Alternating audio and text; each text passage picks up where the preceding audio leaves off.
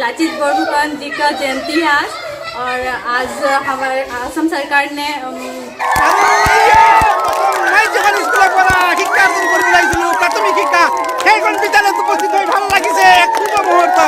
আজি 400তম লাচিতৰ জন্ম জয়ন্তী অসম চৰকাৰে যিবিলাক কাৰ্যসূচী গ্ৰহণ কৰিছে সেইখিনি আমি নথৈ শলাগ ল'বলগীয়া।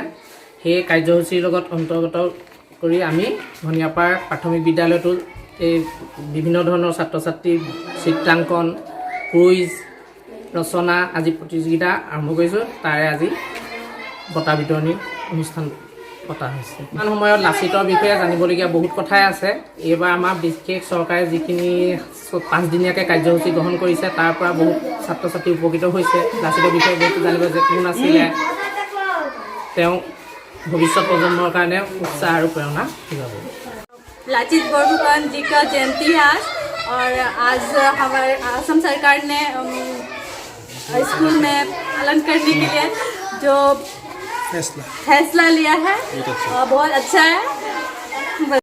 তো আমি যিখন স্কুলৰ পৰা প্ৰাথমিক শিক্ষা অৰ্জন কৰি গৈছিলোঁ আৰু যিখন স্কুলৰ পৰা আমি অ আ ক খ শিকি ওলাই গৈছিলোঁ, অৰ্থাৎ 1ৰ পৰা ক্লাছ 4লৈকে সেইখন বিদ্যালয়ৰ পৰা আজিৰ এক শুভ মুহূৰ্তত আৰু শুভক্ষণত আমি আমাৰ এটা ব্লগিং আৰম্ভ কৰিছোঁ। তো বলক আজি সেই ব্লগটো আমি পঢ়া বিদ্যালয়ৰ পৰা আৰম্ভ কৰোঁ।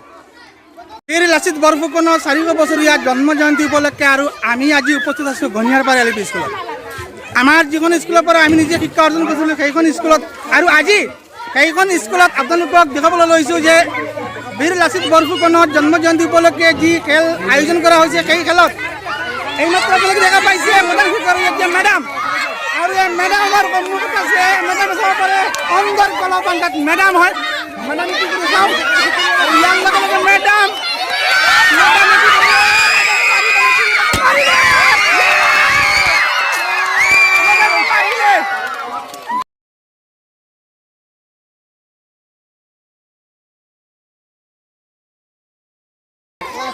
আৰু এয়া ঘনিয়াৰপাৰ LP স্কুলৰ প্ৰধান শিক্ষক সকলোৰে পৰিচিত একলাছউদ্দিন ছাৰ।